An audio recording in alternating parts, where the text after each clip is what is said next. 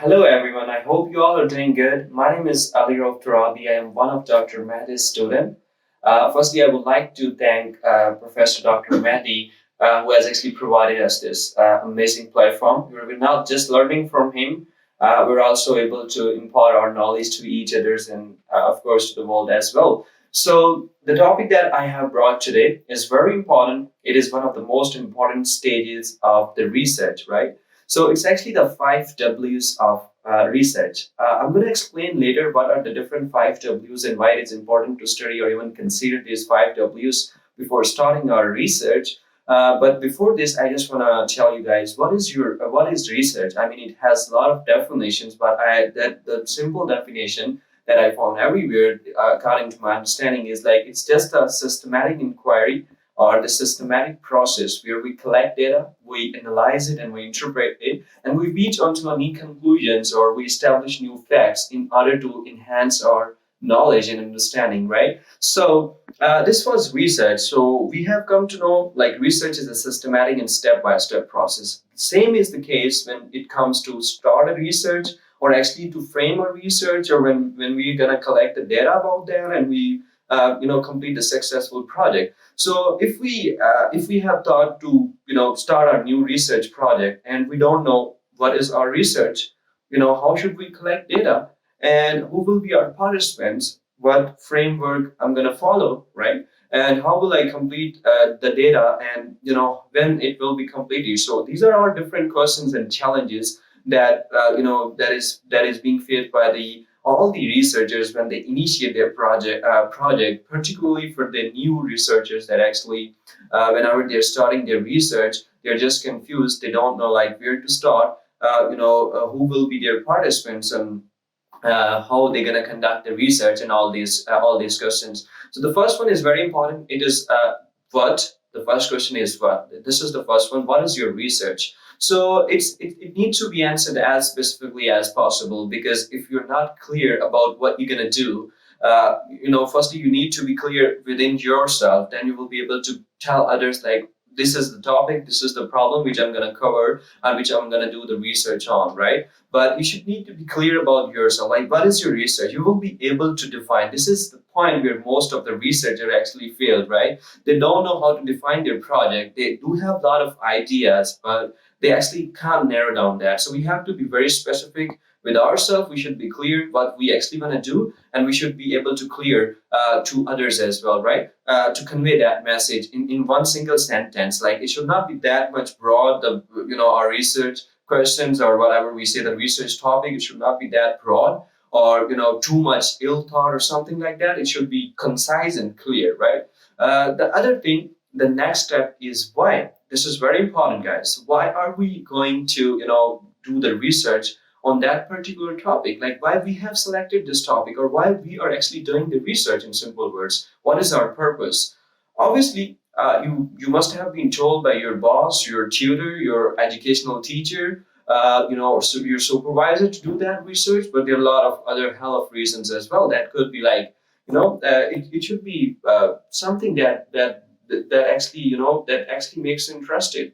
It should be of interest of your topic. Other things it should include the personal characteristics, and the other one is the professional characteristics as well. Whenever you're going to do a research, you should take care of that. Like the topic should be of your research, right? And the purpose should also appeals you as well, because it actually makes you more interested, and it actually makes you more passionate in order to complete our research, right? I will just give you an example. Let's say I'm an introvert person, right? And I have selected a topic of kind where I have to meet to a lot of people. We have to do a lot of the social interviews, and I have to face a lot of peoples and crowds. And what will happen? It's going to be challenging for me, right? And if I'm a social person, right, I love to talk to people, I love to meet different persons, and I select the topic of that kind in that particular area. It's going to be very, it won't bother me, right? I will be more than happy to complete that, right? So the next step is who.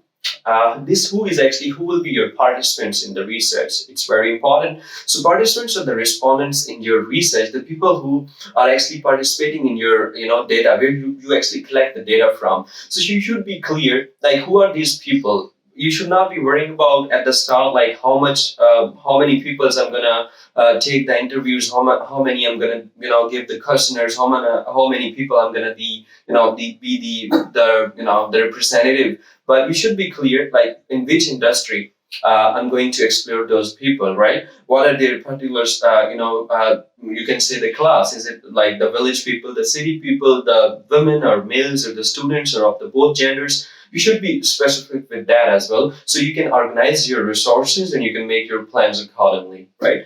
The next part is after this, who will be your participants is where. Where are your participants actually geographically? If I have selected a topic where I have to go to the different provinces, and very soon I realize I'm a student, I don't have budget, I don't have money, I don't have time. I end up being, I will find myself in a problem. I will stuck, right? Because once you have selected your topic, once you know why are you doing research, once you have selected your participant, you should know, like, geographically, is it possible for you, considering your current situation, that you're gonna properly address and cover all of your participants, like, where are geographically are they accessible to reach, right? Easy to reach. So you can actually modify your frame and strategy according to that as well. The last point, which is also very important, is when. When are you going to complete your research? What is your time framework? Are you will be able to complete your research or your given project in certain time of a certain period of time? It actually tells us, like, how organized we are. Research itself is an organized step by step process. So we should be able to meet on our deadlines. Like, we should be able to have an idea before starting our research, like how long it will take, right? And would it is actually possible to complete that research in certain given period of time? Considering all the aspects, it is also another question that you need to ask yourself. So these were the five W's, five different questions that a researcher needs to ask himself before starting a new project, that will help him to collect the data further and to frame his research and to complete successful. And I'm sure, guys, I'm 110%. I hope you will agree with me. If you're clear about these things, if you get these five questions right, what is your research about? Why are you doing that? Right? Who will be your participants? Where are they? Right? And when you will be completing, no one can stop you to you're good to go. No one can stop you to complete your research successfully and easily with all the player interest and the craze in yourself. But if you don't get these things right, I'm telling you guys, it's gonna be very crucial and challenging for you. So in order to avoid that all the hustle, that all the struggles and the challenges and the difficulties, you need to be, it's better to ask yourself a question, which is always a good thing, right? I hope you will agree with me. I hope you guys liked it. If you have any suggestion, if you have any question, let us know in our comments. And thank you so much for watching. Thank you for your time.